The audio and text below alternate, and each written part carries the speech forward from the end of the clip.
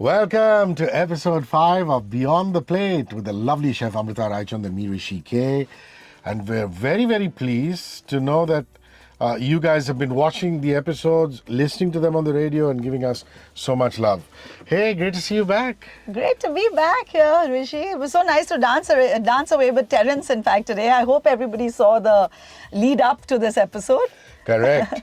We were really pleased and actually thrilled and elated to have Terence Lewis's blessings on our show. He says that he loves Beyond the Plate and he feels that this is really something that people need.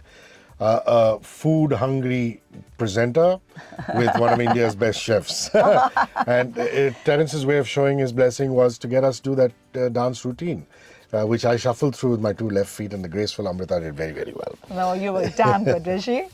Lots coming up in this episode. We're going to be talking about a particular superfood. The recipe of the week also revolves around that superfood, and of course, the Ask Amrita section. But let's just begin it all by talking about our Honorable Prime Minister, Shri Narendra Modi's visit to the US and the White House. And your eye must have been on that state dinner. Absolutely. Wasn't it? It was indeed. Hrishi, it was so nice to see how, what kind of efforts Jill Biden took to present this vegetarian fiesta for our Prime Minister. Of course, very popular chef Nina Curtis, who's a plant-based chef, was involved in curating this menu. It was vegetarian, but what was really interesting to see is the way millets were incorporated in that menu. We had marinated millet with corn salad, we had millet cakes. It was really a gourmet fiesta, making millets the hero, which has never been given its due. My mouth is already watering and I can't wait to move to the recipe of the week section, which I'm sure is rich with millets. Yes, it is, but you have to hold on. Yeah, Hrishi. I've got to hold on. Yes, because there's lots to talk about millets today. Millets has always been a very underrated grain, so to speak. And this year, the UN declared 2023 as the year of the millets. Our finance minister, when she announced the budget this year, she called millets Shri Anna, which means best of all the grains, which goes to show, in fact, I want to get a little philosophical here, anything that arises out of hardships actually goes to shine the brightest, just like diamond. Diamonds, everybody's best friend, not just the girl's best friend. So you're actually likening diamonds to millets. Yes. They're hardy, they're dryland crops, they withstand extreme heat, and obviously, salinity tolerant, which means lots of salt in the earth, they can put up with it. And I think it's really Shri Anna because it grows in predominantly drought-prone areas, which is fabulous. Absolutely, and Hrishi will be surprised to know it uses up 70% less water than what rice does. It grows in almost 40% less time as wheat, and it uses such less energy compared to a lot of other grains. So it's actually very, very fruitful for farmers. It can actually go in the long run to eradicate hunger.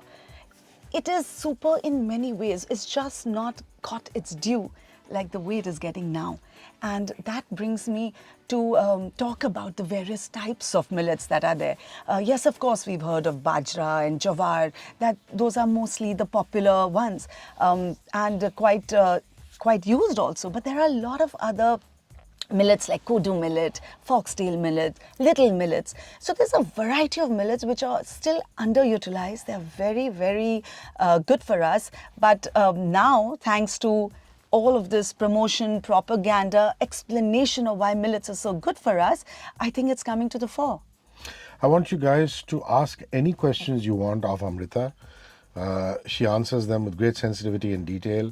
We have a WhatsApp line, which is 9833 943 943. Easy way to remember it is our frequency is 94.3, so 943 943 is 9833 943 943. Just pop your question in there. It could be a question on food or nutrition, on grains like millets, along with your name, and I will bring it up in the Ask Amrita section, which is what we do at the fag end of each show.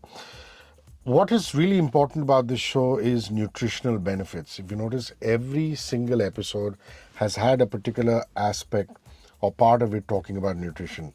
And now, since we've established what types of millets there are, I'd like you to talk about the nutritional benefits to the human body. So apart from the star advantage of eating millets, which is gluten-free, why I'm saying star, because gluten-free has become the new fad. Very often people don't even need to eat gluten-free meals, but they insist on eating it, which is something that we can always discuss later. But your millets actually tick that huge box. They are gluten-free.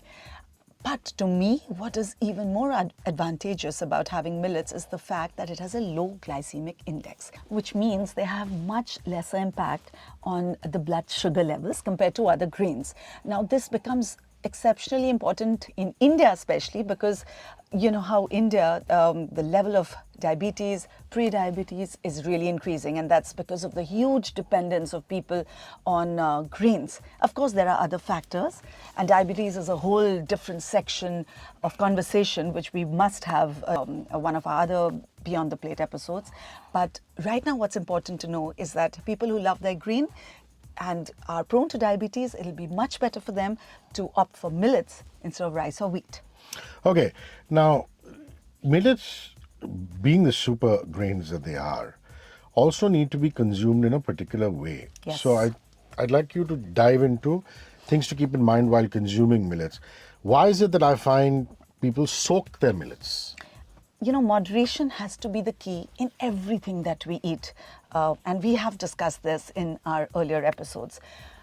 Millets they can be a little difficult to digest. They have delayed digestion. So people who have some intestinal problem or they are prone to bloating, they definitely need to be mindful whenever they eat any form of millet. Okay, now what is critical in millets is always soak them, because when you do that, you deal with two different issues. Millets, apart from being very nutritious, also has some anti-nutrients like phytic acid, polyphenols. Now these, what they do is they reduce the absorption of other nutrients in the body. So it's really important to soak them for a while. It's really important to cook them well. But that doesn't really take away from how good they are for us. It's just that you've got to be mindful about it. Also, when you eat millets, ensure that you have lots of water. Like I said, it's very high in dietary fiber. So sometimes it may create a little bit of, irritation in the system if you have a sensitive stomach. Nothing else. So like I said, like the way I started this segment, moderation is the key. You know, the thing about superfoods, and I'm sure that worries you too, is that every time something is declared as a superfood, there's a huge increase in consumer demand. And when consumer demand goes up, prices go up. It's not a great thing. So I'd like you to comment on that. This is my biggest worry about superfoods.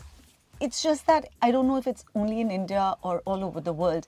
There is a mad rush towards one thing. Now, turmeric is something that we grew up on, but suddenly the West made it so popular, so suddenly turmeric lattes became the flavor of the day. Millets is something, it is like our desh ki mitti mein ye ugta hai, you know, like this is something that which we have grown up on.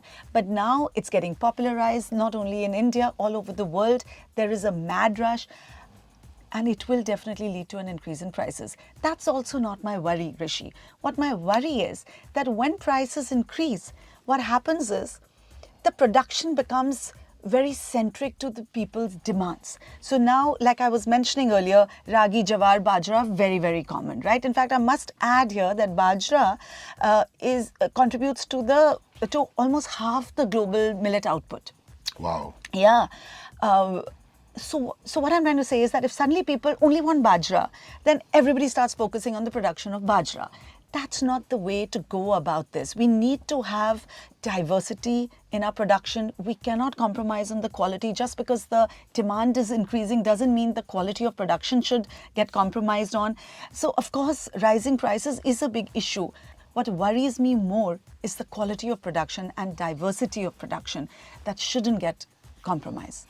Okay, with that, we move to the recipe of the day. For those of you who are on Instagram, you can find the recipe of the day on Amrita's Instagram feed at Amrita Raichand, as well as at 94.3 Radio 1 India. And we will be dutiful and do a slower, detailed read, because there are lots of things that the camera shows, but we're presuming this particular broadcast you're listening, if you're listening to it only in audio terms, we shall handhold you through it. So what are you making today? So, I mentioned to you that jawar, ragi, bajra commonly used and very popular millets. But what are not so popular are kodu millet, little millet, barnyard millet, foxtail millet. Kodu millet is a smaller millet, gets digested very easily, and nowadays is very easily available also. So I'm going to do a recipe with kodu millet. It's called kodra in Maharashtra. Also with millets, most people know that they can eat it in khichdi and pulao. Those are the most common things. They even know that you can make dosas and idlis with it. They can even grind it into flour and make chapatis, of course, and also use it in baking. But you know me, I always have to do something different. So I want to give millets a little exotic feel as well. Somehow people don't think that they can make salads with millets, and I think that it's a superb way of integrating millets into the diet.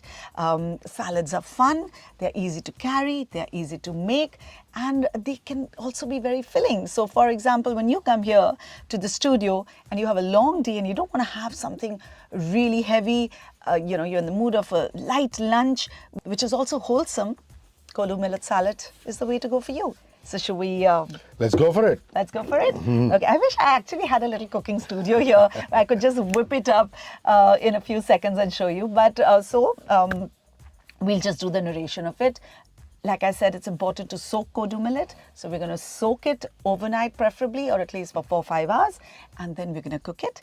Now this cooked and cooled millet, we're going to mix with some chickpeas, high in protein. Again, a great source of fiber, great source of calcium.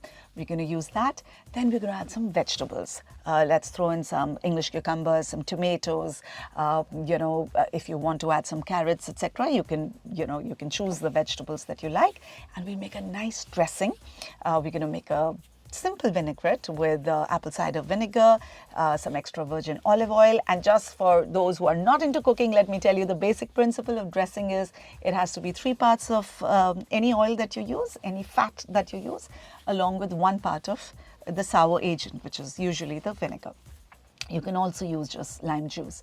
Then you add some honey, some salt, pepper, some other, some cumin powder. You can throw in some red chili powder or some paprika, and you make a nice dressing out of it and pour it on this. You add some fresh mint, some parsley. We can throw in some nuts of your choice. I like using pistachios because I'm turning this into more of a Mediterranean salad.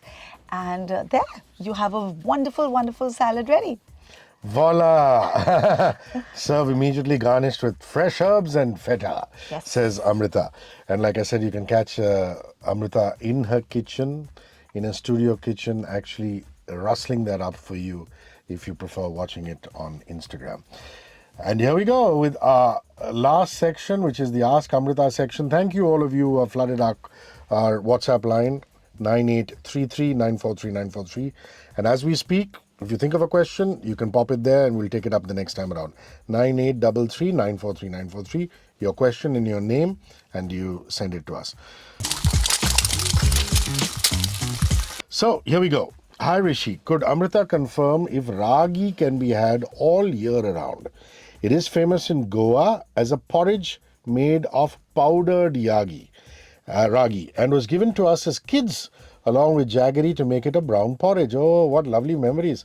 This is Alba Lobo. Alba, thank you very much for sharing your childhood memories from Goa. Yes, in fact, Alba, you actually reminded me of the time when Agastya was little, and he used to actually love the same porridge with ragi and with jaggery. So it's been one of my favorite things to feed my son when he was a little baby. So as much as we all love ragi, they say that it's slightly heaty. So I would say that it is better to avoid it when it's really, really hot. So summer should be avoided with ragi. But don't worry, there are a lot of other millets that you can use, and they will actually give you the same results. So you can have the same porridge with jawar, which you can have the whole year through. It's not so heaty.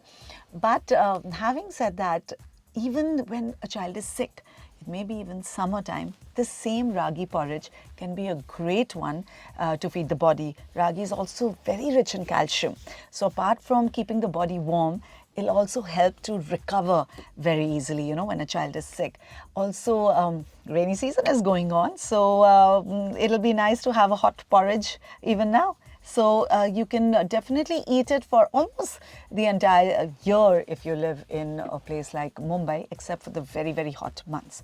But yes, millets are definitely categorized into the types that are more heaty and that are cooling. That's why bajra, ragi, they're all used mostly in winter. Jawar and kodu millet, etc. You can have it easily in summer. Like we've already told you, the recipe video, as well as Terence giving us his blessings and dancing with Terence. Terence Lewis, the dance master, the choreographer extraordinaire. That's also on Instagram. Amrita has a very interesting YouTube channel and is called Amrita Raichand, Chef and Beyond. Chef and Beyond. And till next week, keep the questions coming. And we'll see you back on Beyond the Plate with Chef Amrita Raichand and me, Hrishi K. Thank you. Great to be here, Hrishi. 94.3 Radio 1.